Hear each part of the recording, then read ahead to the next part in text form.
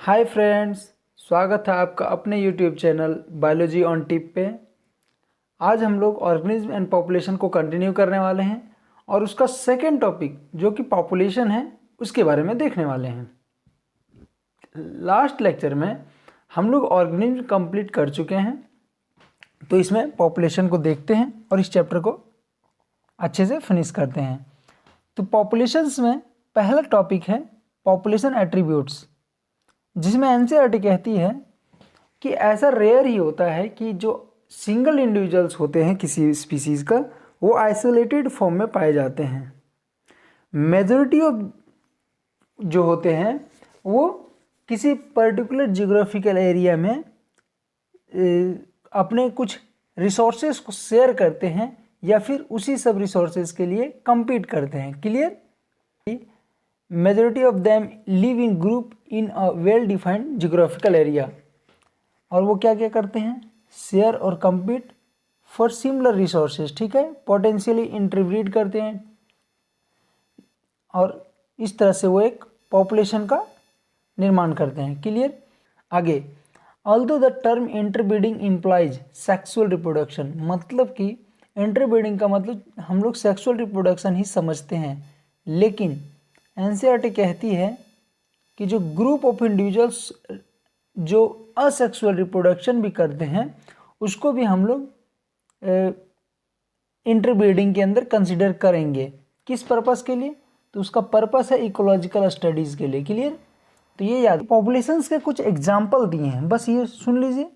All the cormorants in wetland, reds, देखिए पहला हो गया। दूसरा, Reds in abundant dwelling.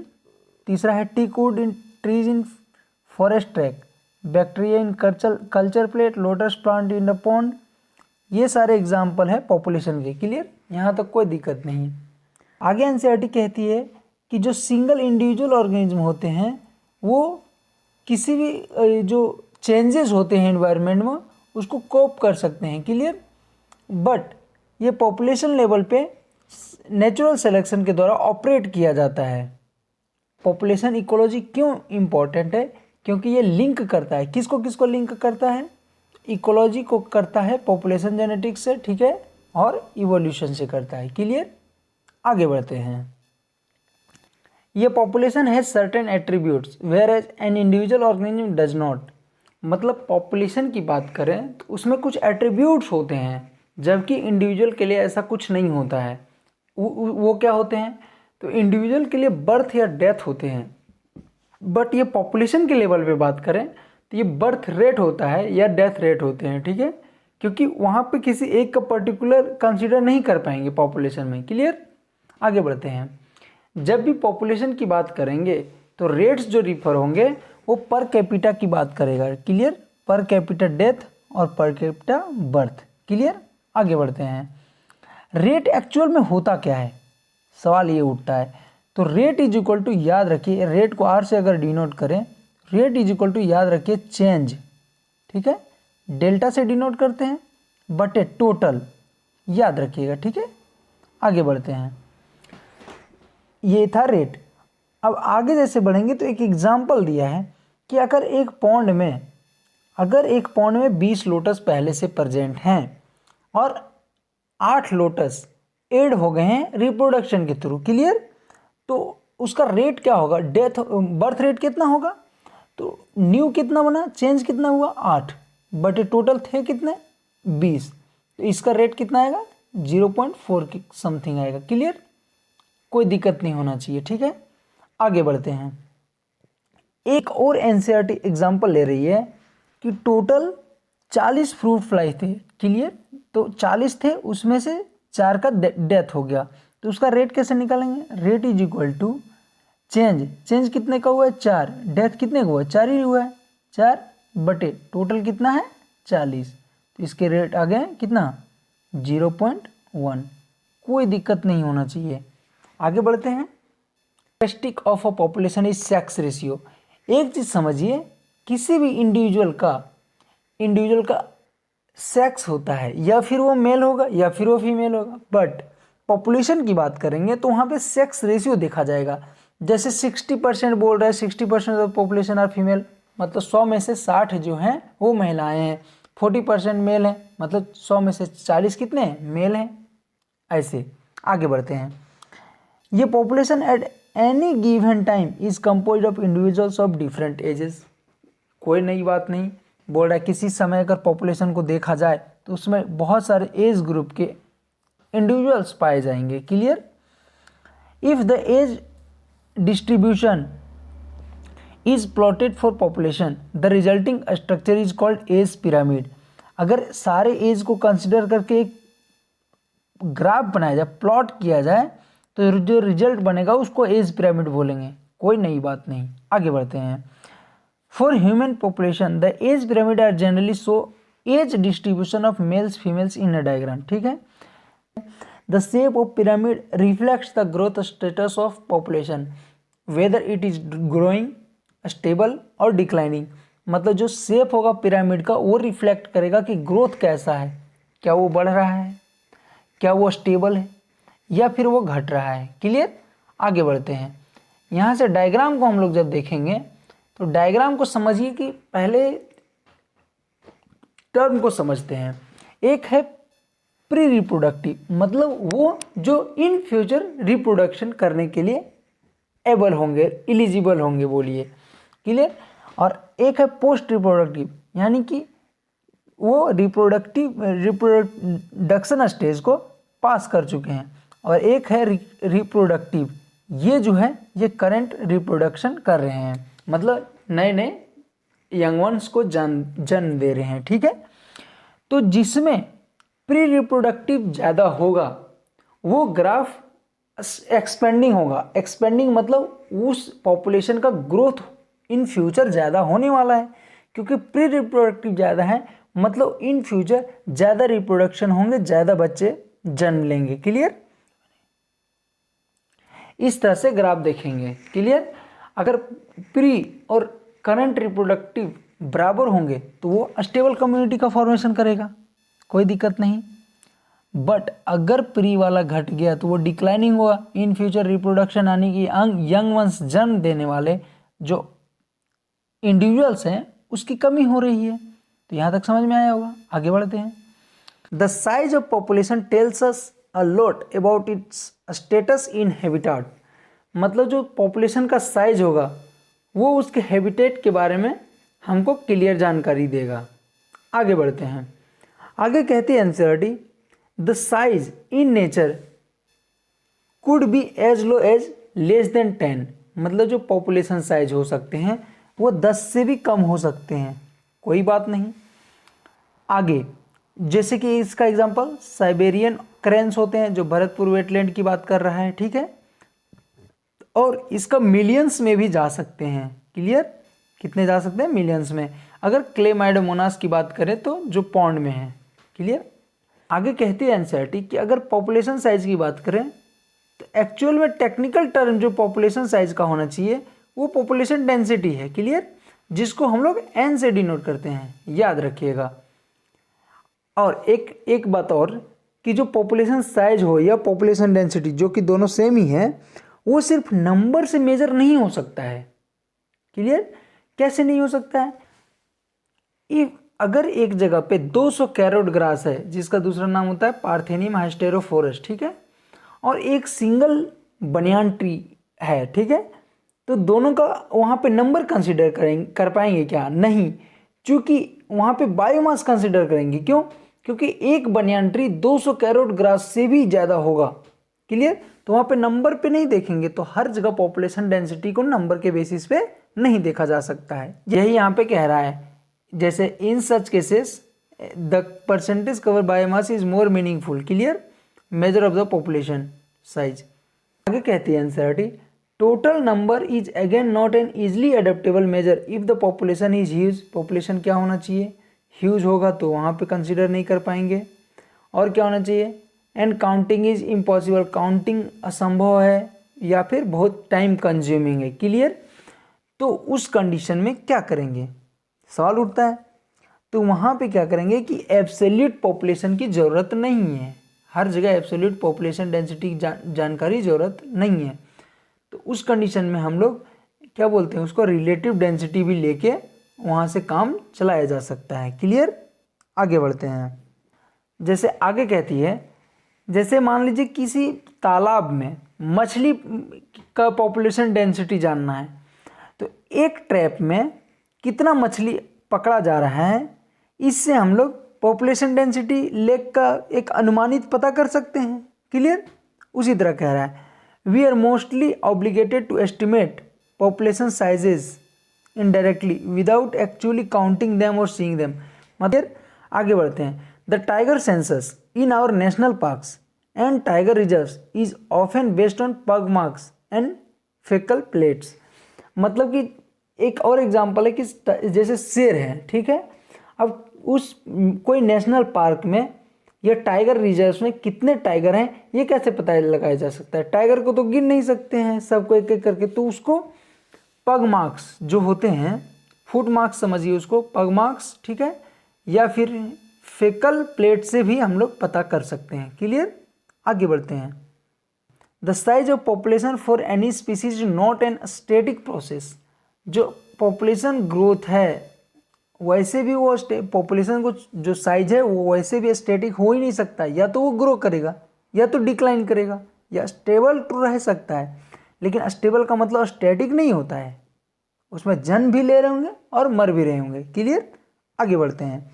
It keeps changing with time, same चीज़, depending on various factor including food availability, predation, pressure and adverse weather. मतलब ये change करते रहता है समय के साथ, और बहुत सारे फैक्टर हैं उसको चेंज करने के लिए, जैसे खाना है, अवेलेबिलिटी है, शिकार, प्रेशर, एडवर्स वेदर, ये सब समझिए। आगे बढ़ते हैं। In fact, it is these changes in population density that gives us some idea of what is happening to the population, whether it is flourishing or declining. इन सब कारण से जो फैक्टर्स हैं जो चेंजिंग कर रहे हैं समय के साथ, इन सब के कारण से हम लोग पता लगा सकते हैं कि जो पॉपुलेशन है वो फ्लोरिश कर रहा है या डिक्लाइन कर रहा है। क्लियर, यहाँ तक कोई दिक्कत नहीं होना चाहिए। Whatever might be the ultimate reason, ultimate reason कुछ भी हो सकता है, बट जो पॉपुलेशन डेंसिटी जो एक गिवन हैबिटेट के अंदर गिवन पीरियड में फ्लक्चुएट्स करता है, उसके लिए 4 बेसिक प्रोसेस हैं। वो 4 बेसिक प्रोसेस क्या क्या हैं? तो 4 बेसिक प्रोसेस वो हैं नेटलिटी, मोर्टेलिटी, इमिग्रेशन और इमाइग्रेशन, जिसमें से 2 होंगे जो कंट्रीब्यूट करेंगे इंक्रीज करने में पॉपुलेशन डेंसिटी को, और 2 जो होंगे वो डिक्रीज करेंगे पॉपुलेशन डेंसिटी को। समझिएगा कौन कौन इंक्रीज करेगा डिक्रीज करेगा वो आप बताइएगा, हम समझाते हैं आगे। जैसे फर्स्ट टर्म है नेटलिटी। नेटलिटी बर्थ को बताता है, नेटलिटी मतलब बर्थ को बताता है, ठीक है। तो कह रही है NCERT, number of birth during a given period in the population that added the initial density. अगर एड हो रहा है तो क्या करेगा, ये बढ़ाएगा पॉपुलेशन डेंसिटी को कि घटाएगा? कमेंट कीजिएगा। आगे mortality is the number of death in the population during a given period. Death हो रहा है तो ये पॉपुलेशन डेंसिटी को घटाएगा कि बढ़ाएगा, बताइएगा। आगे immigration is the number of individuals of same species that have come into the habitat from elsewhere during the time period under consideration. जो टाइम पीरियड को हम लोग कंसिडर किए हुए हैं उसके अंदर जो number of individuals same species के बाहर से आए हैं उसको इमिग्रेशन कहेंगे, ठीक है। आगे बढ़ते हैं। एक है इमाइग्रेशन। ये इमाइग्रेशन सेम है, बस इसमें अंदर नहीं आएंगे, जाएंगे। Number of individuals of population who left the habit and gone elsewhere during the time under consideration। Clear, तो आगे बढ़ते हैं। तो इस कौन से में पहला था नेटलिटी, दूसरा था मोर्टेलिटी, ठीक है, तीसरा था इमिग्रेशन, चौथा था इमाइग्रेशन। कोई दिक्कत नहीं होना चाहिए।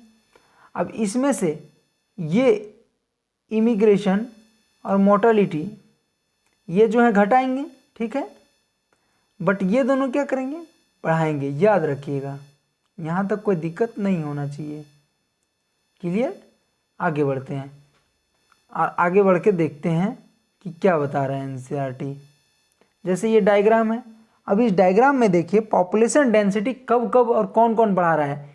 इमिग्रेशन, मतलब पॉपुलेशन के अंदर कुछ लोग आ रहे हैं, क्लियर, आ रहे हैं, पॉजिटिव हो रहा है, प्लस हो रहा है, तो उसका पॉपुलेशन डेंसिटी बढ़ेगा। नेटिलिटी मतलब जन्म ले रहे हैं, उससे भी पॉपुलेशन डेंसिटी बढ़ेगा।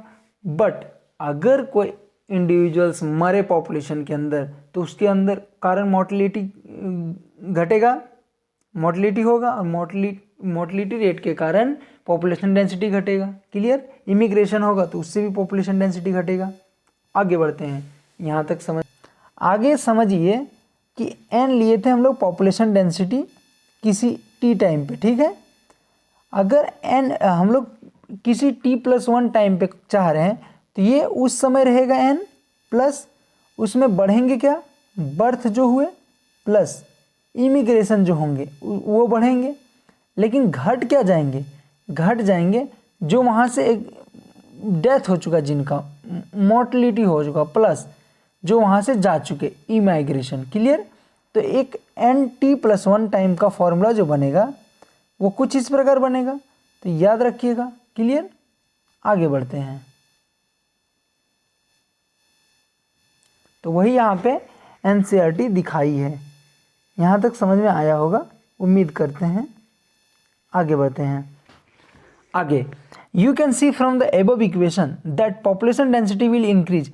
ये कहना चाह रहा है कि पॉपुलेशन डेंसिटी बढ़ेगा जब बर्थ प्लस इमिग्रेशन होंगे, पॉपुलेशन डेंसिटी घटेगा जब डेथ प्लस इमाइग्रेशन होंगे, क्लियर। यहाँ तक कोई दिक्कत होना नहीं चाहिए। Under normal conditions birth and death are the most important factor influencing population density. अगर नॉर्मल कंडीशन की बात करें तो कौन सा फैक्टर है जो इन्फ्लुएंस करेगा डायरेक्टली, तो वो है बर्थ, ठीक है, और डेथ। बट जो दो फैक्टर और हैं, ठीक है, इन दो के अलावा जो अदर दो फैक्टर हैं वो स्पेशल कंडीशन में लगेंगे, क्लियर। तो नॉर्मल के लिए बर्थ और डेथ, और स्पेशल के लिए इमिग्रेशन और इमिग्रेशन, क्लियर। आगे कहती है NCERT, if a new habit is just being colonised, मतलब एक नया नया कॉलोनी बना है तो वहाँ पे इमाइग्रेशन बर्थ रेट से भी ज़्यादा इम्पोर्टेंट रोल प्ले करेगा। जैसे नया कॉलोनी बना है तो नया कॉलोनी बना तो कॉलोनी बनते ही थोड़ी बर्थ होगा, तो वहाँ पे कॉलोनी जो नया बना, इमाइग्रेशन उसमें मेन इंपॉर्टेंट पार्ट रोल करेगा। आगे बढ़ते हैं, आगे हम लोग ग्रोथ मॉडल देखने वाले हैं। ग्रोथ मॉडल में हम लोग दो देखने वाले हैं, पहला है एक्सपोनेंशियल ग्रोथ, दूसरा है लॉजिस्टिक ग्रोथ। ग्रोथ कोई भी हो उसमें जो सबसे इम्पॉर्टेंट फैक्टर जो प्ले करेगा वो रिसोर्सेस होंगे। रिसोर्सेस बोले तो फूड, क्लियर, या फिर स्पेस, जिसका अवेलेबिलिटी बहुत हद तक डिसाइड करेगा कि वो ग्रोथ कैसा होगा। जैसे अगर रिसोर्सेस क्या है, अनलिमिटेड हैं, ठीक है, तो वो ग्रोथ होगा एक्सपोनेंशियल, मतलब खाने का कमी नहीं, जगह का कमी नहीं, तो भैया वो एक्सपोनेंशियल तरीके से ग्रो करेगा। एक्सपोनेंशियल कैसे होता है, तो चलिए आपको दिखाते हैं। एक्सपोनेंशियल ऐसे मान लीजिए ये ग्राफ रहा, ठीक है, अब खाने पीने का रोक टोक नहीं है, तो ये ग्रो करते करते बहुत तेज़ी से ग्रो करेगा, बहुत तेज़ी से ऊपर जाएगी ग्राफ, ठीक है। तो वही कह रहा है एनसीईआरटी, क्लियर। तो यहाँ पे मार्क कर लीजिए, जब रिसोर्सेस लिमिटेड नहीं अनलिमिटेड होंगे तो सारे स्पीसीज जो होंगे वो अपने इननेट पोटेंशियल से ग्रो करेंगे, ठीक है। ये डार्विन भी अपने थ्योरी में जिक्र कर चुके हैं, जो कि नेचुरल सिलेक्शन के द्वारा होता है। आगे बढ़ते हैं, then the population grows in an exponential और ज्योमेट्रिकल फैशन, मतलब अगर रिसोर्सेस अनलिमिटेड रहा तो एक्सपोनेंशियल तरीके से कोई भी ऑर्गेनिज्म ग्रो करे। If in a population size n the birth rate are represented b, अगर इन पॉपुलेशन साइज n है, पॉपुलेशन साइज को n माना, ठीक है, कोई दिक्कत नहीं, बर्थ रेट को b माना, कोई नई बात नहीं, डेथ रेट को d माना, कोई नई बात नहीं, ठीक है। तो dn/dt क्या होगा, तो dn/dt क्या होगा, rate of change of population density with respect to time. तो मतलब पॉपुलेशन डेंसिटी में कुल मिला के चेंज कितना हुआ एक समय में, पर्टिकुलर समय में। तो समझिए कि जितना बर्थ हुआ या डेथ हुआ वही तो चेंज को बेसिकली बताता है, ठीक है।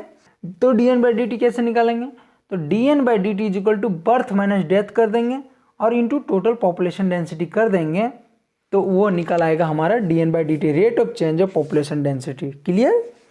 तो b माइनस डी को यहाँ पे r मान लेते हैं। r क्या है? Intrinsic rate of natural increase है। क्लियर? इक्वेशन क्या बन के आएगा? dN/dt is equal to rn। ठीक है, तो ये इक्वेशन याद रख लीजिएगा। आगे बढ़ते हैं। r जो है, r को हम लोग क्या बोले? Intrinsic rate of natural increase. Clear? ये एक वेरी इंपॉर्टेंट पैरामीटर्स होते हैं, ठीक है, जो कि बायोटिक और एबायोटिक फैक्टर जो होते हैं उसका जो पॉपुलेशन ग्रोथ पे इफेक्ट पड़ता है उसको ये बताता है। आगे, to give you some idea about the magnitude of r value, r का जो मैग्नीट्यूड होता है, मतलब आर का जो वैल्यू होता है उसके बारे में हम बताते हैं एक एग्जांपल से। ठीक है, नॉर्वे रेट का आर कितना होता है? नॉर्वे रेट का आर की बात करें तो 0.015 होता है। फ्लोरिविटल का कितना होता है? 0.12 होता है। और ह्यूमन पॉपुलेशन का 1981 में जो आर का वैल्यू देखा गया था 0.0205 था। क्लियर? आर का वैल्यू बहुत स्मॉल होता है, वही बताना चाह रहा है वो मैग्नीट्यूड लेके। क्लियर? आगे बढ़ते हैं। The above equation describe the exponential और ज्योमेट्रिक ग्रोथ। एक्सपोनेंशियल ग्रोथ को ऊपर वाला बताता है, यह ज्योमेट्रिक ग्रोथ सबको पता है।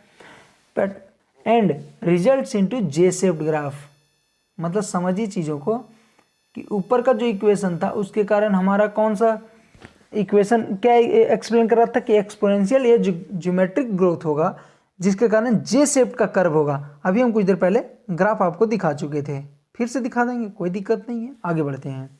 अब हम लोग एन जो कि पॉपुलेशन डेंसिटी है उसका टाइम के साथ हम लोग ग्राफ देखने वाले हैं। क्लियर? तो जब इसको जो पुराना इक्वेशन था dN/dt is equal to Rn, उसको हम लोग इंटीग्रल फॉर्म में लाएं तो उसका कुछ इस फॉर्म में आता है, n is equal to n0 e⁻rt। Clear? आगे बढ़ते हैं। पहले सब टर्म को समझ लेते हैं क्या क्या है। N t population density after time t बता चुके थे। n0 शुरुआत में जब जीरो समय टाइम जीरो लिया था उस समय पॉपुलेशन डेंसिटी। r क्या है? Intrinsic rate of natural increase, ये याद रखिएगा, इम्पॉर्टेंट है।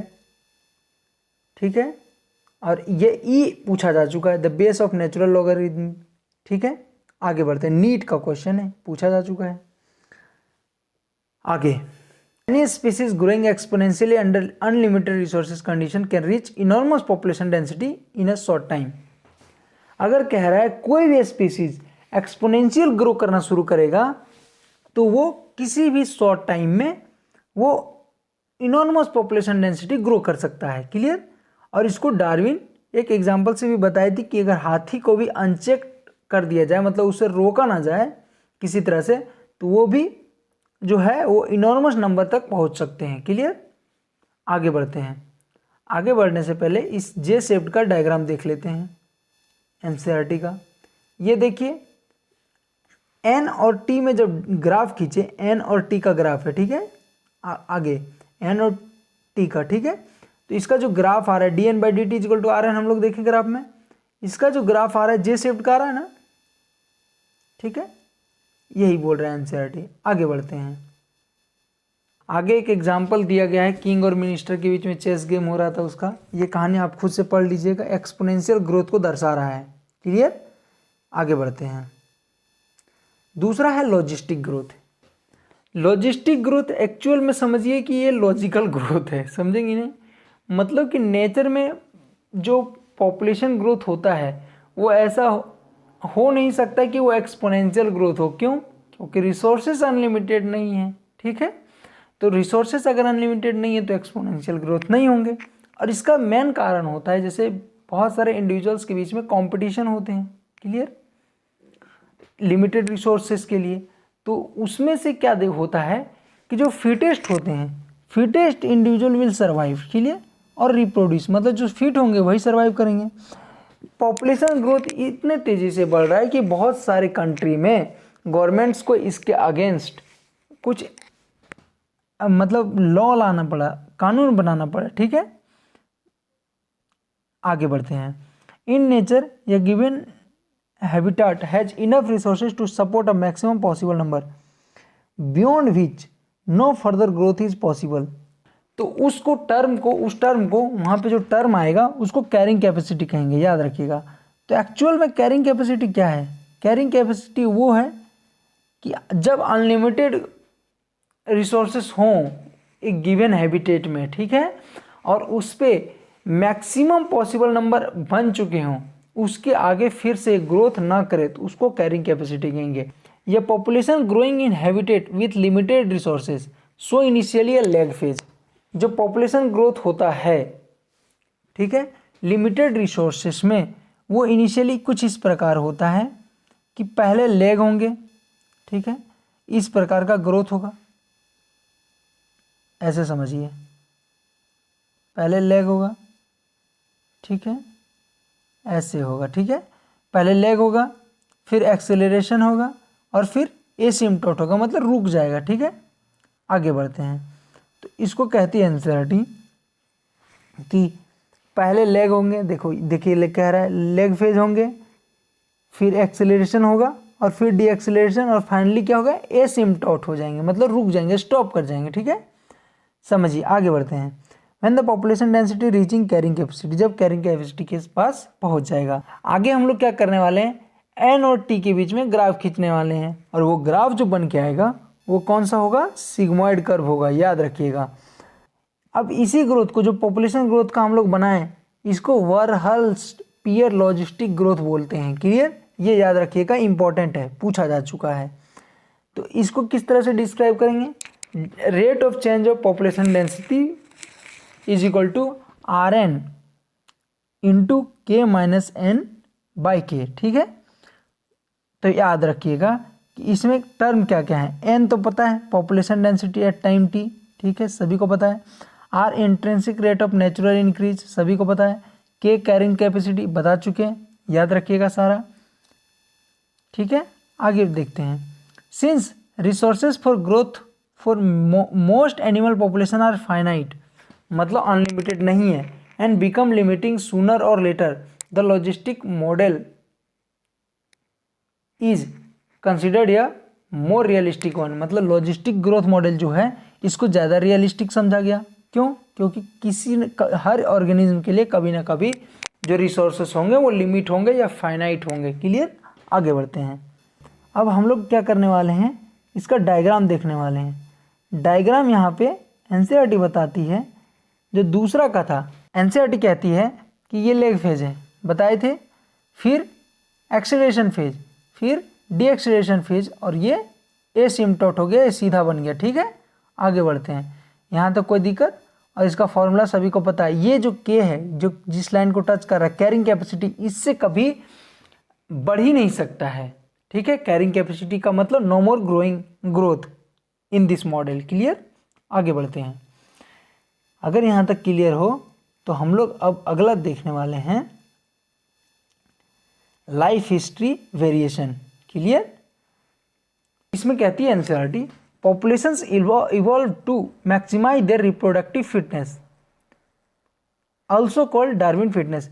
जो पॉपुलेशंस हैं वो रिप्रोडक्टिव फिटनेस को मैक्सिमाइज करने की कोशिश कर रहा है, जिसको डार्विन फिटनेस भी कहते हैं।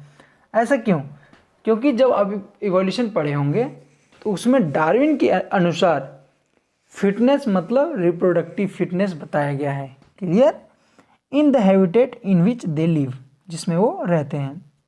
आगे, under a particular set of selection pressure organism evolve toward the most efficient reproductive strategy, मतलब कुछ स्ट्रेटजी बनाया गया है। कैसे कि कुछ जो ऑर्गेनिज्म होते हैं वो अपने लाइफ टाइम में सिर्फ एक ही बार ब्रीड करते हैं। वो कौन कौन से ऑर्गेनिज्म हैं?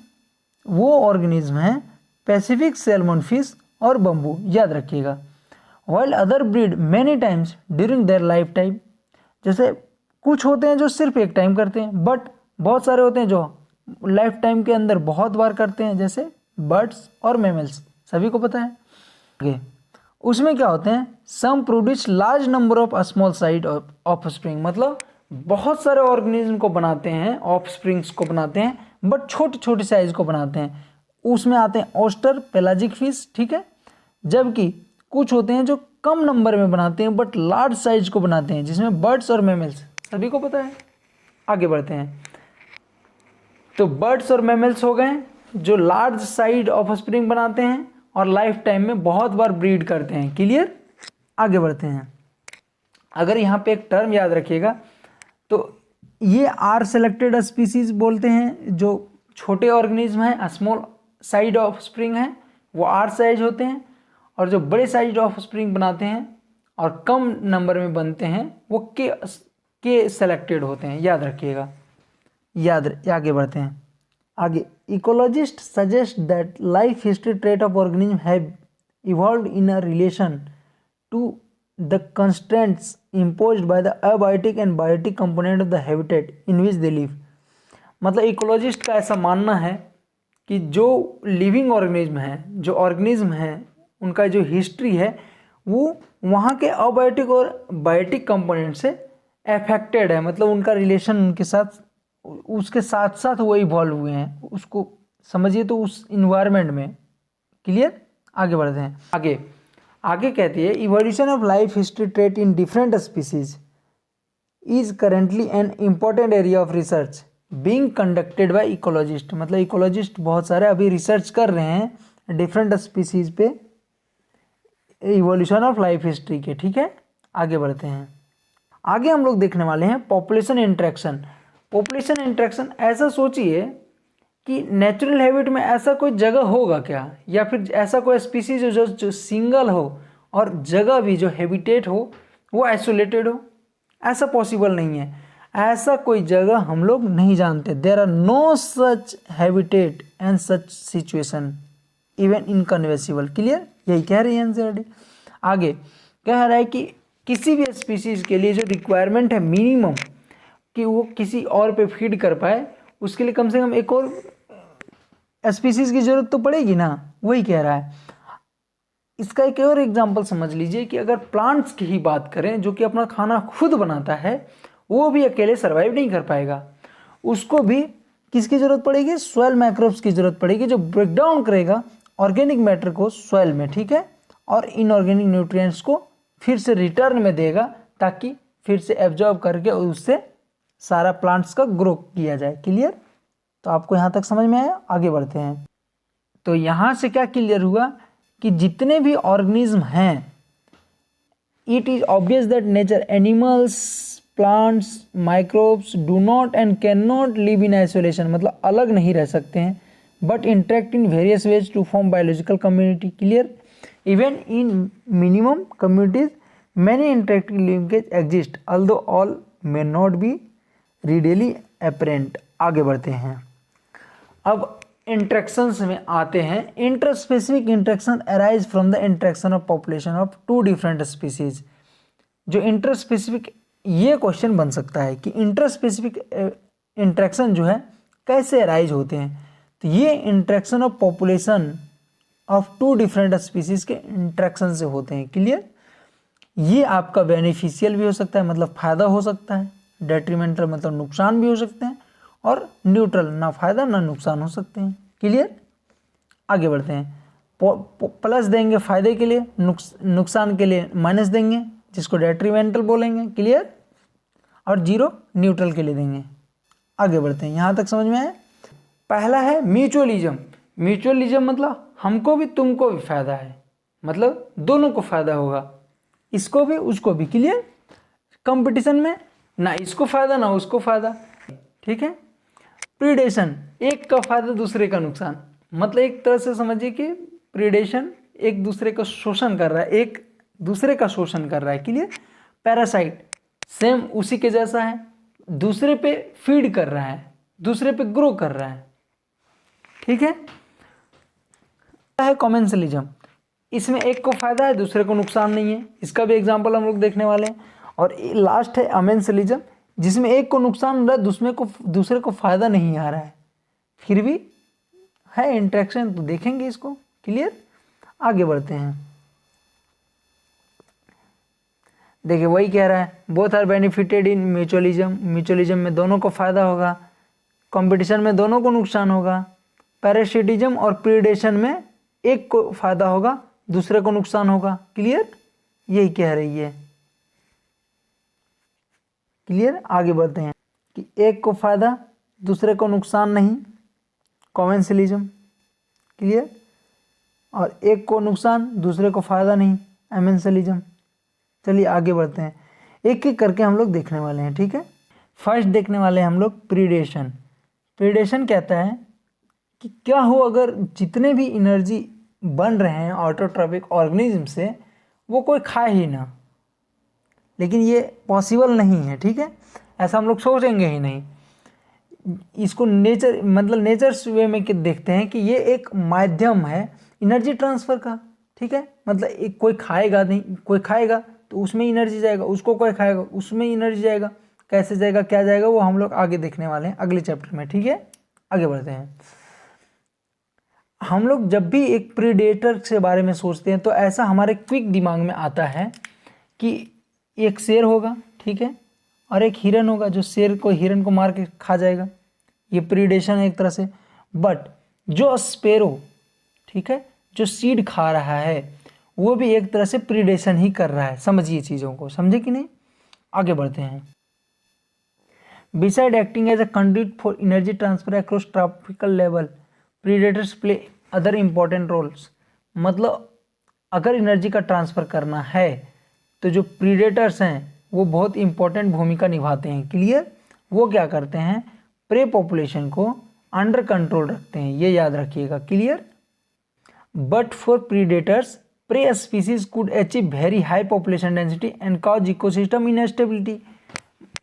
लेकिन अगर प्रे तो कंट्रोल में आ गया, लेकिन अब प्रीडेटर को कोई खाने वाला नहीं रहे तो फिर से इकोसिस्टम हमारा जो होगा इनस्टेबल हो जाएगा, ठीक है। इसी तरह कहता है कि कोई एक्जोटिक स्पीसीज हो और जिसका कोई नेचुरल प्रीडेटर वहाँ पे ना हो, उसको कहीं पे इंट्रोड्यूस कर दिया जाए तो किसी जियोग्राफिकल एरिया में, तो वो भी एक इन्वेसिव हो जाएंगे और स्टार्ट स्प्रेडिंग फास्ट हो जाएंगे, क्लियर। क्यों, क्योंकि वहाँ पे उसको खाने वाला कोई नहीं है, नेचुरल प्रीडेटर्स नहीं है, क्लियर। एक प्रिकली पेयर कैक्टस है, याद रखिएगा, ठीक है, जिसको ऑस्ट्रेलिया में इंट्रोड्यूस किया गया अर्ली 1920s में, मतलब 1920 के करीब, ठीक है। और ये मिलियंस ऑफ हेक्टेयर में फैल गए, क्यों, क्योंकि इसका कोई नेचुरल प्रीडेटर वहाँ नहीं था। लेकिन इसको अंडर कंट्रोल कैसे लाया गया, तो वहाँ पे एक मॉथ को इंट्रोड्यूस किया गया जो कैक्टस को फीड करता था, ठीक है, ताकि इसके जो ग्रोथ है इसको कंट्रोल में लाया जा सके, ठीक है। आगे बढ़ते हैं। Biological control method adopted in agricultural pest control are based on ability of predator to regulate prey population. मतलब बायोलॉजिकल कंट्रोल मेथड को ऑपरेट किया जाता है कहाँ पे, जो एग्रीकल्चरल पेस्ट कंट्रोल करने का मेथड रहता है, ठीक है। Predators also help in maintaining स्पीसी diversity in community. Predators का काम स्पीसी डाइवर्सिटी को भी मेंटेन करना होता है by reducing the intensity of competition among competing prey species. मतलब दो हिरन लड़ रहा था, एक शेर एक हिरन को खा गया, कंपटीशन कम कर दिया, यही एक एग्जांपल है इसका, समझिए। आगे कहती है कि in the rocky intertidal communities of American Pacific coast the starfish Pisaster is an important predator. मतलब जो रॉकी इंटरटाइडल कम्युनिटीज़ की बात करें तो वहाँ पे स्टारफिश फिस्टर्स जो है वो इम्पोर्टेंट प्रीडेटर है, ठीक है। वहाँ पे एक फील्ड एक्सपेरिमेंट किया गया, मतलब एक्सपेरिमेंट किया गया कि जब ऑल स्टारफिश जो हैं उसको हटा लिया गया तो 10 से ज़्यादा इन्वर्टिब्रेट्स वहाँ से एक्सटिंक्ट कर गए। क्यों, इंटरस्पेसिफिक कंपटीशन के कारण, क्लियर, याद रखिएगा। If predator is too efficient and exploits its prey, then the prey might become extinct and following it the predator will also become extinct for lack of food। आगे कहती है NCERT कि predators जो हैं अगर बहुत ज़्यादा एफिशिएंट हो गए और ओवर एक्सप्लॉइट किए प्रे को तो प्रे एक्सटिंक्ट हो जाएगा, और प्रे अगर एक्सटिंक्ट हुआ तो लैक ऑफ फूड के कारण क्या होगा, प्रीडेटर भी एक्सटिंक्ट हो जाएंगे, ये बात याद रखिएगा। तो ये रीजन है कि predators in nature are prudent, clear. आगे बढ़ते हैं। Prey species have evolve various defenses to lessen the impact of predation. Some species of insect and frog are cryptically coloured, camouflaged, to avoid being detected easily by predator. मतलब कि समझिए कि जितने भी pray हैं वो डिफेंसेस से, predator से बचने के लिए बहुत सारे डिफेंस मैकेनिज्म अपनाते हैं। जैसे कि कुछ इंसेक्ट और फ्रॉग जो हैं वो कैमोफ्लेज्ड हो जाते हैं, मतलब कलर चेंज करते हैं, क्लियर, जिसके कारण वो अपने प्रीडेटर से बच सके, क्लियर। आगे बढ़ते हैं। Some are poisonous and therefore avoided by predators. मतलब उसमें से जो नॉर्मल वाले होते हैं वो पॉइजनस के जैसा दिखने लगते हैं ताकि उसको लोग उसको हार्म ना करें, वो बच जाए, ठीक है। तो उसका एक एग्जांपल है कि जो मोनार्क बटरफ्लाई होते हैं वो बहुत डिसटेस्टफुल होते हैं, किसके लिए? अपने प्रीडेटर के लिए, क्लियर। और प्रीडेटर कौन होते हैं इसके? बर्ड होते हैं। ऐसा क्यों होता है? क्योंकि उसमें एक स्पेशल केमिकल प्रेजेंट होते हैं उसके शरीर में, ये उसको मतलब कैटरपिलर स्टेज में मिलता है जब वो फीड कर रहे होते हैं पॉइजनस वीड पे, ठीक है, याद रखिएगा। मतलब मोनार्क बटरफ्लाई जो होते हैं वो डिसटेस्टफुल होते हैं, बिल्कुल मज़ा नहीं आता है खाने में, ठीक है। उस ऐसा इसलिए होता है क्योंकि उसमें एक स्पेशल केमिकल होते हैं, वो कैटरपिलर स्टेज में जब होते हैं तो वो पॉइजनस वीड पे फीड करते हैं, जिसके कारण ये उनके अंदर आता है, क्लियर।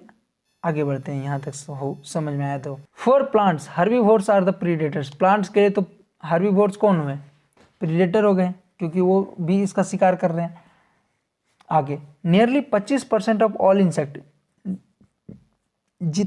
25% से भी ज़्यादा इंसेक्ट जो होते हैं वो फाइटोफेगस होते हैं, जो प्लांट सेप और अदर प्लांट पार्ट पे फीड करते हैं। लीफ हो गया, स्टेम हो गया, बहुत कोई फल खाते हैं, ठीक है, फ्रूट हो गए, उसी तरह। आगे बढ़ते हैं। The problem is particularly severe for plant. ऐसा क्यों भाई? क्योंकि एनिमल के जैसा प्लांट भाग नहीं सकते हैं, क्लियर। जब प्रीडेटर आएगा तो भाग थोड़ी जाएगा। Plants therefore have evolved an astonishing variety of morphological and chemical defence against herbivores. Herbivores के अगेंस्ट वो बहुत सारे डिफेंस मैकेनिज्म बनाते हैं, जैसे कि थॉर्न्स। थॉर्न्स किसमें देखने को मिलता है? अकासिया और कैक्टस, पता है आपको। मोस्ट कॉमन ये मॉर्फोलॉजिकल डिफेंस हो गए, ठीक है। कुछ केमिकल मेथड अपनाते हैं प्लांट्स, जैसे कि कुछ केमिकल्स बनाते हैं जो कि जब हर्बीवोर्स खाते हैं तो वो बीमार पड़ जाते हैं, ठीक है, या फिर उनको इनडाइजेशन हो जाता है, डाइजेशन में प्रॉब्लम हो जाता है, ठीक है, या फिर डिसरप्ट इट्स रिप्रोडक्शन और इवन किल इट, या फिर मार देते हैं। ये मैकेनिज्म हो गया defence mechanism. You must have seen the weed Calotropis growing in abundant field. आगे आप लोग कैलोट्रोपिस जरूर देखे होंगे, क्लियर। अगर कैलोट्रोपिस देखे तो बता दें कि कैलोट्रोपिस जो होते हैं वो highly poisonous cardiac glycosides produce करते हैं, जिसके कारण जो भी उसको खाएगा वो निपट जाएगा, क्लियर, याद रखिएगा। ये wide variety of chemical substances that we extract from plant on commercial scale. जो बहुत सारे केमिकल्स हम लोग प्लांट से लेते हैं वो उसके डिफेंस मैकेनिज्म के लिए बनाया गया है। ये आप लोग को बायोमोलिकुल्स में पढ़े होंगे, क्लियर, जिसके अंदर बहुत सारे निकोटीन आए, कैफीन आए, हम लोग सारे यूज़ करते हैं, बट ये उसके डिफेंस के लिए बनाया गया है। क्विनिन आए, स्टाइसिन आए, ओपियम आए, और बहुत सारे एग्जाम्पल हैं जो उसके डिफेंस के लिए बनाया गया है। क्यों बनाया गया? Defence against grazers and browsers, clear. आगे बढ़ते हैं। अगला है कंपटीशन। एनसीईआरटी कहती है when Darwin spoke of the struggle for existence and survival of fittest. Darwin दो चीज़ के बारे में बताए थे, स्ट्रगल फॉर एग्जिस्टेंस और सर्वाइवल ऑफ फिटेस्ट। ये आप वहाँ पे देखे होंगे इवोल्यूशन में। He was convinced that interspecific competition is a potent force in organic evolution. तो ये याद रखिएगा कि इंटरस्पेसिफिक कंपटीशन, कौन सा कंपटीशन? इंटरस्पेसिफिक कंपटीशन जो है वो पोटेंट फोर्स है ऑर्गेनिक इवोल्यूशन के लिए, क्लियर। आगे बढ़ते हैं।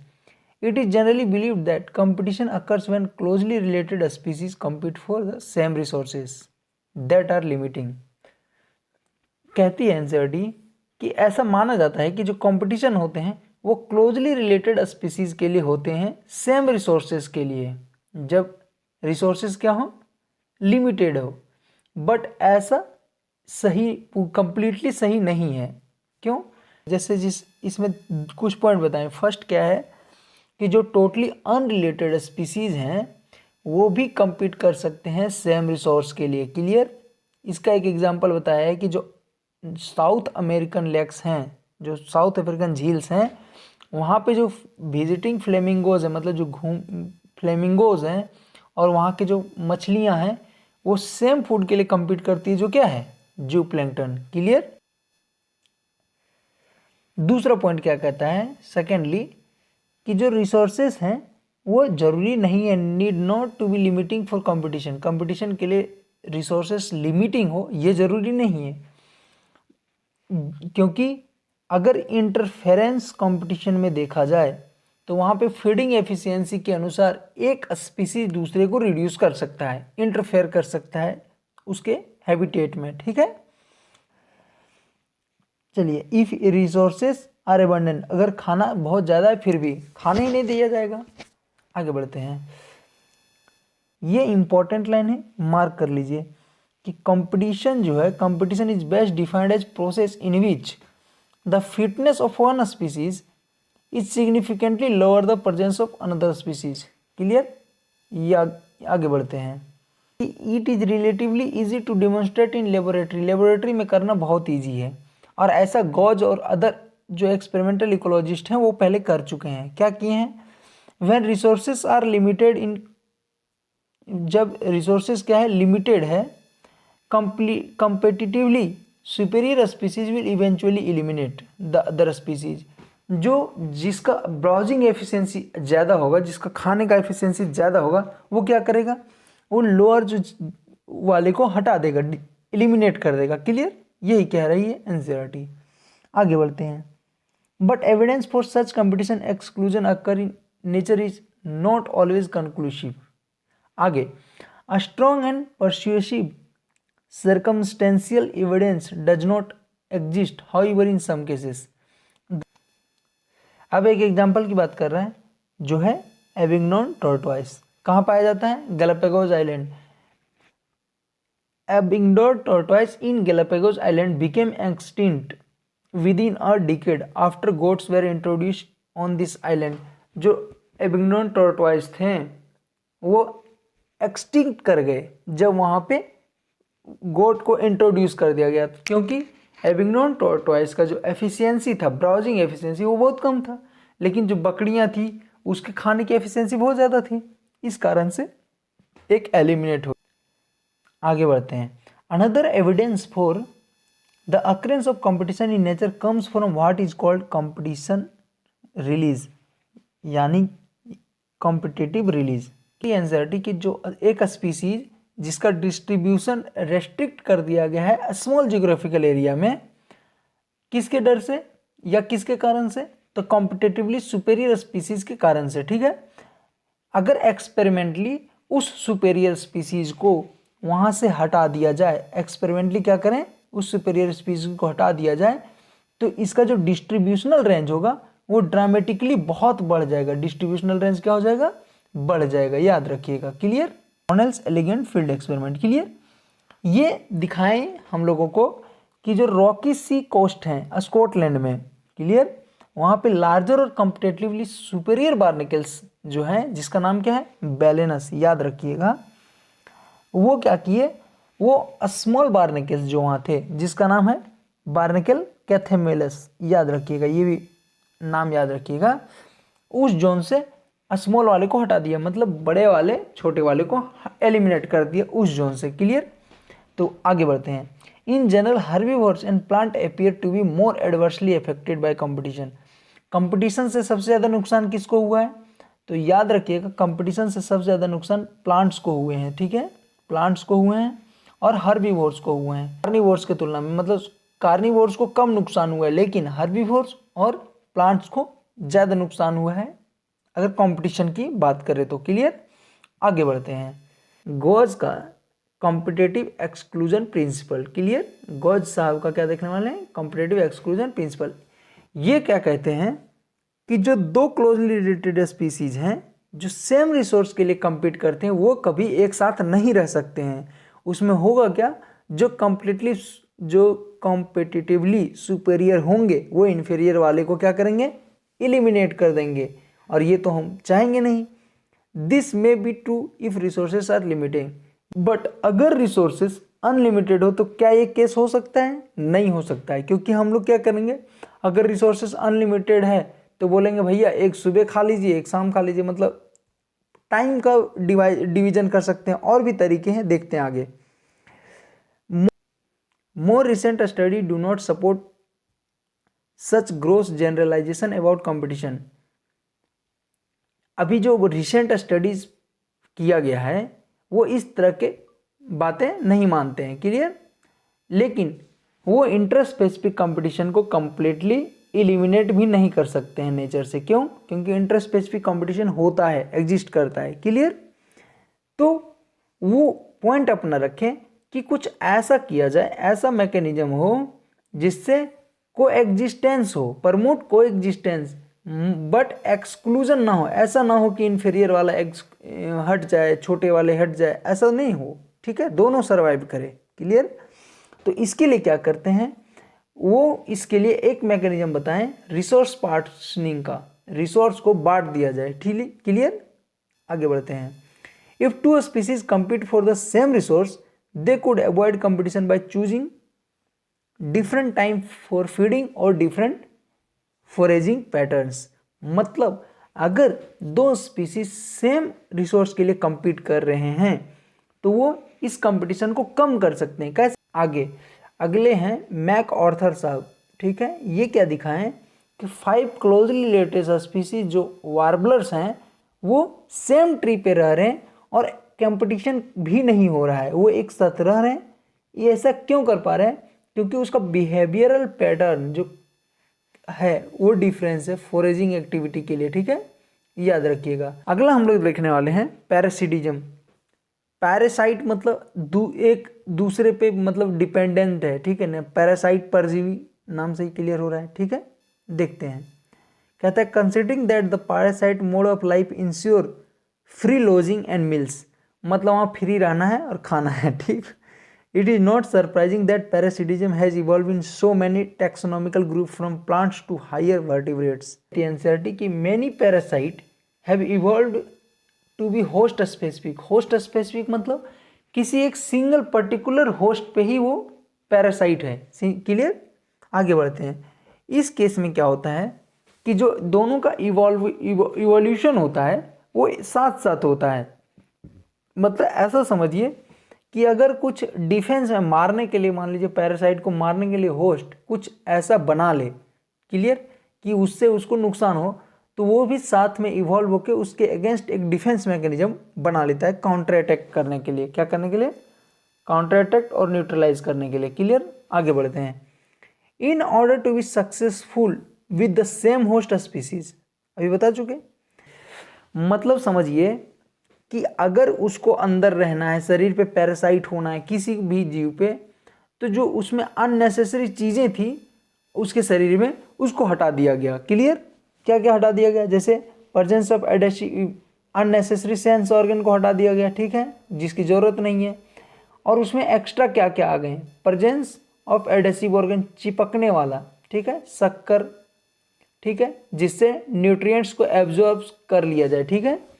आगे लॉस ऑफ डाइजेस्टिव सिस्टम, क्योंकि डाइजेशन करना नहीं है, उसको बना बनाया खाना मिलेगा, सिर्फ एब्जॉर्ब कर लेगा, जैसे कोई खून चूसता है, जैसे लीच, ठीक है, उसी तरह है।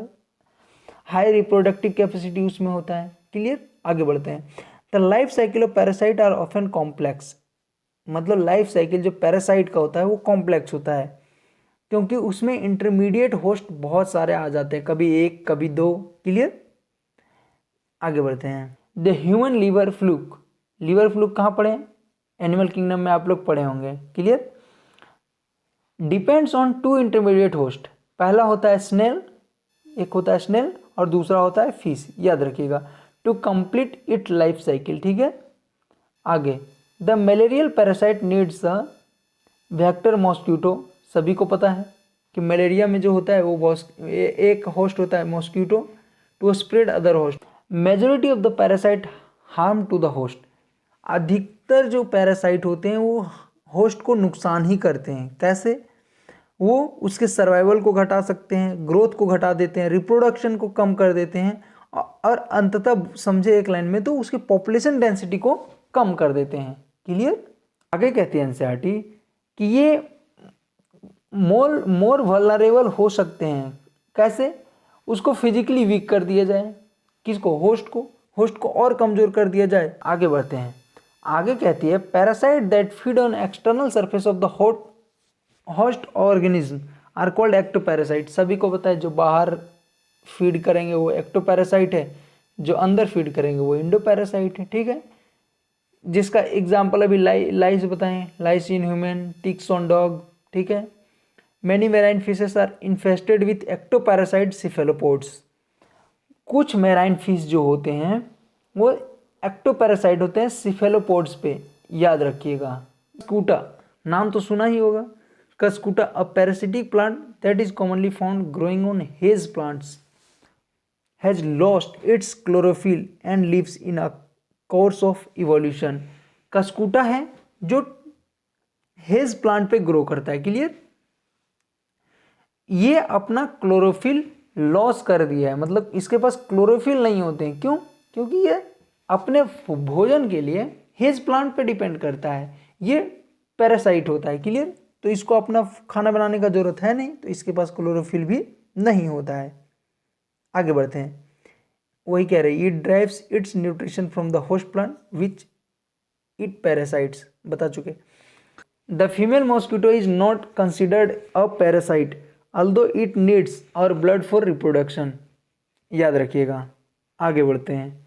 आगे इंडो पैरासाइट के बारे में बता रहा है। तो एक्सो पैरासाइट शरीर के बाहर थे, इंडो कहाँ होंगे? इंडो शरीर के अंदर होंगे, inside the host body. Clear. कहाँ कहाँ होंगे? हो सकते हैं तो लीवर में हो सकते हैं, किडनी में हो सकते हैं, लंग्स में हो सकते हैं, आरबीसी में हो सकते हैं। ठीक है। Life cycles of endoparasite are more complex because of the extreme specialization. इसका लाइफ साइकिल और कॉम्प्लेक्स होता है।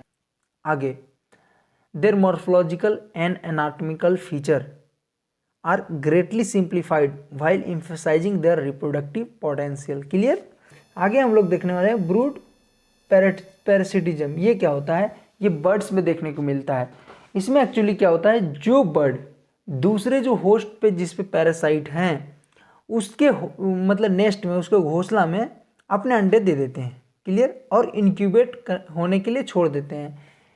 आगे कहती है NCERT during the course of evolution के समय ऐसा कुछ हुआ कि जो पैरासाइट जिस पे जो है, जो पैरासाइट के अंडे हैं वो होस्ट के अंडे के जैसा रिजेम्बलेंस आ जाता है, साइज में, कलर में। क्लियर।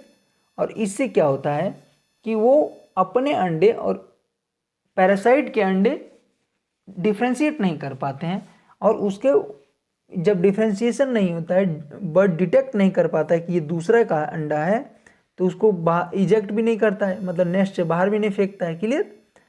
अब इसका एक एग्जांपल याद रखिएगा, कुक्कू कोयल जो है और क्रो, इसका एक एग्जांपल याद रखिएगा। इसको आप गर्मियों के दिनों में देख भी सकते हैं। क्लियर। आगे बढ़ते हैं। ये ब्रूड पैरासिटिज्म का एग्जाम्पल है। कॉमेंसलिज्म। कॉमेंसलिज्म में जब हम इंट्रैक्शन शुरू कर रहे थे तो बताए थे कि जो इसमें होगा वन स्पीसीज बेनिफिटेड होंगे, बट दूसरा ना नुकसान होगा ना फायदा होगा दूसरे को। क्लियर। तो इसका एक एग्जांपल दिया है, जो ऑर्किड प्लांट होते हैं वो मैंगो ट्री पे ग्रो करते हैं। क्लियर। और दूसरा है जो वो बार्नेकल्स हैं, वो वेल के बैक पे ग्रो करते हैं। इसमें न मैंगो ट्री को और ना ही वेल को कोई बेनिफिट है या नुकसान बोल लीजिए, कुछ नहीं है। क्लियर। बट ऑर्किड और बार्नेकल्स को दोनों को फायदा है, सकते हैं। वो भी एक कॉमेंसलिज्म का एग्जाम्पल है। क्लियर। आगे बढ़ते हैं। The egret always forage close to where the cattle are grazing because the cattle as they move stir up and flush out insects from the vegetation. ये बता चुके हैं। That otherwise might be difficult for egret to find and catch. मतलब कि जो इग्रेट्स होते हैं, वही कीड़ा जो खाते हैं, वो उसको बहुत टफ होगा कीड़ा ढूंढने में। ठीक है, इंसेक्ट्स ढूंढने में। लेकिन जैसे जैसे गाय घास खाते जाती है तो वहाँ पे जैसे जैसे वो चलती है, मूव करती है, तो वहाँ से इंसेक्ट निकलते हैं और उसको ये खा जाता है। ये भी एक कॉमेंसलिज्म का एग्जाम्पल है। आगे another example of commensalism is the interaction between C anemone and stinging tentacles. मतलब अगला जो एग्जाम्पल है वो सी एनिमोन के बीच में देखने को मिलता है, ठीक, और स्टिंगिंग टेंटिकल्स और मछलियों के बीच में भी देखने को मिलता है, ठीक है। इसमें क्या होता है कि जो स्टिंगिंग टेंटिकल्स होते हैं उसके इर्द गिर्द प्रीडेटर्स नहीं आते हैं, तो उससे फिश को प्रोटेक्शन मिल जाता है, क्लियर। तो इससे स्टिंगिंग टेंटिकल्स को कोई नुकसान है क्या? नहीं है, बट फिश को क्या मिला? प्रोटेक्शन मिला, तो ये उसको फायदा हुआ, ये है। आगे बढ़ते हैं, अगला हम लोग देखने वाले हैं म्यूचुअलिज्म। म्यूचुअलिज्म में हम आपको बता चुके हैं कि इसमें दोनों स्पीसीज को बेनिफिट होता है, ठीक है, both the species are benefited, clear. इसका एक एग्जांपल है लाइकेन। लाइकेन क्या होता है? लाइकेन होता है एल्गी और फंजाई के एसोसिएशन को लाइकेन कहते हैं। तो यहाँ वही कह रहे हैं between fungus and photosynthetic algae और cyanobacteria, clear. Similarly mycorrhizae are association between fungi and the roots of higher plant. ये भी हम लोग वहाँ पे बायोलॉजिकल क्लासिफिकेशन में देख चुके हैं कि माइकोराइजा हायर प्लांट्स और फंजाई के साथ एसोसिएशन, और लाइकेन फंजाई और एल्गी के साथ। द फंजाई क्या करता है? फंजाई मदद करता है एब्जॉर्प्शन के लिए, absorption of essential nutrients from soil, मतलब मिट्टी से इसेंशियल एलिमेंट्स को एब्जॉर्ब करने में मदद करता है फंजाई। लेकिन प्लांट्स उसके एवज में क्या करता है? खाना प्रोवाइड करता है, समझिए कि हाई एनर्जी यील्डिंग कार्बोहाइड्रेट, वही खाना प्रोवाइड करता है। The most spectacular and evolutionary fascinatingly example of mutualism are found in plant animal relationships. क्यों भैया? इसका एग्जाम्पल समझाइए। प्लांट्स को हमारी ज़रूरत है, क्यों? क्योंकि पॉलिनेशन के लिए उसको एनिमल एजेंट चाहिए, ठीक है, और डिस्पर्सिंग ऑफ सीड्स, सीड्स को फैलाने के लिए, एक जगह से दूसरी जगह फैलाने के लिए, क्लियर। इसके एवज में प्लांट्स हमको रिवार्ड्स भी देते हैं, जैसे कि वो पॉलन हमें देते हैं, ठीक है, नेक्टर देते हैं for pollinators and juicy nutrients food fruits for seed disperse. मतलब अगर सीड दूसरे जगह फैलाएंगे तो उसके एवज में हमें फूड मिलता है, फ्रूट मिलता है, क्लियर। आगे, but the mutually beneficial system should also be safe guard against cheater. मतलब कि क्या है कि चीटर्स के अगेंस्ट सेफ गार्ड लेना पड़ेगा, क्यों? क्योंकि बहुत से ऐसे एनिमल्स हैं जो नेक्टर की चोरी करते हैं, मतलब नेक्टर तो चाहिए बट पॉलिनेशन नहीं करवाएंगे। In many species of fig trees, clear, fig tree और वेस्प, ये जो है इसमें टाइट 1-to-1 रिलेशनशिप है, क्लियर। मतलब समझिए कि जो फिग ट्री है वो दूसरे से कभी पॉलिनेशन नहीं करवाते हैं, उसका पॉलिनेशन इसके पार्टनर जो है वेस्प, इसी से होता है। वही कह रही है, it means given fig species can be pollinated only by its partner wasp species, clear, no other species. आगे बढ़ते हैं, इससे फीमेल वेस्प को क्या फ़ायदा है कि उसका वो पॉलिनेशन करेगी, तो उससे को क्या फ़ायदा है कि वो उसके फ्रूट को यूज़ करती है, किसके जैसा? ओवी पोजीशन के लिए यूज़ करती है, मतलब अंडे देने के लिए यूज़ करती है, और developing seed with in the fruit for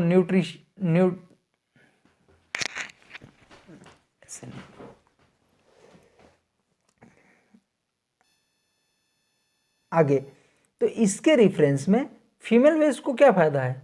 तो वो क्या करती है, वो जो फ्रूट है उसका, फिग का, उसको ओवी पोजीशन के जैसा यूज़ करती है, मतलब उसमें अंडे देती है, क्लियर, और उसके फ्रूट को न्यूट्रिशन के लिए भी यूज़ करती है। समझ आया? आगे बढ़ते हैं, इसके लार्वा को फीड कराती है, क्लियर।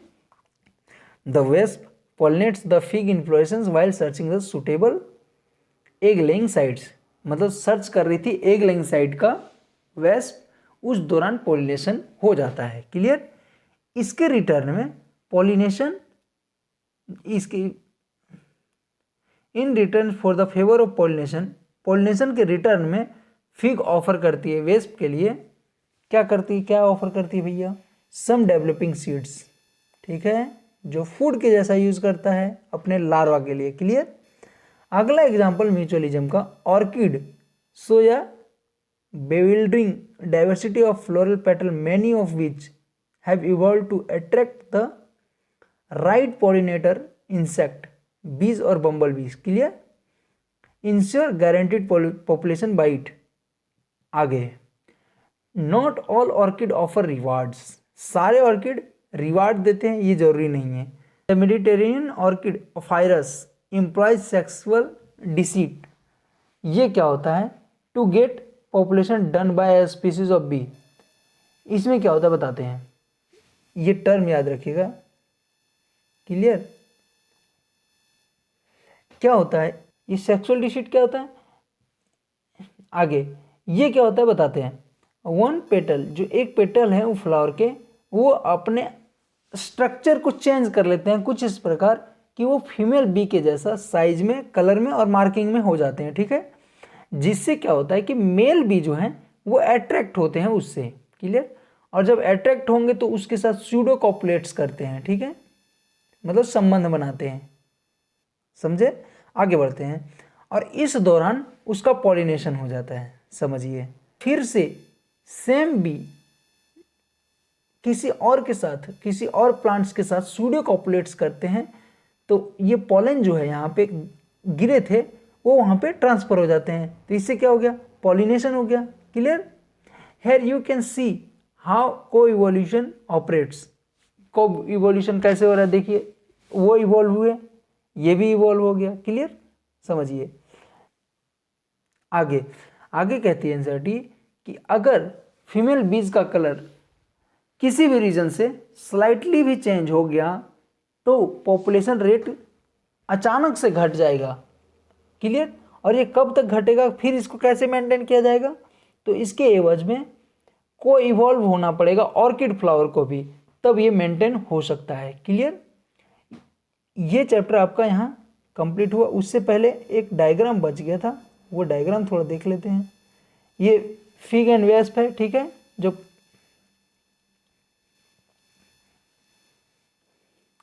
ये चैप्टर आपका यहाँ कंप्लीट हुआ। बस एक डायग्राम देख लेते हैं। ये देखिए ऑर्किड फ्लावर का है और बी है। क्लियर? ये डायग्राम। आगे बढ़ते हैं। एक और डायग्राम यहाँ पे था फिग और वेस्प का। देखिए ये फिग और वेस्प का डायग्राम है। क्लियर? ये फर्स्ट है fig flower is pollinated bye wasp, ये पॉलिनेशन कर रहा है। और सेकंड है जो अंडे दिए, wasp laying eggs in the fig fruit. Clear? आगे बढ़ते हैं। ये चैप्टर आपका यहाँ कंप्लीट हुआ और पढ़ते रहिए। इससे रिलेटेड कोई भी डाउट हो तो आप पूछ सकते हैं, या कमेंट सेक्शन में आप अपना डाउट पूछ सकते हैं और जीमेल से भी लिंक कर सकते हैं। तो धन्यवाद, मिलते हैं अगले लेक्चर में।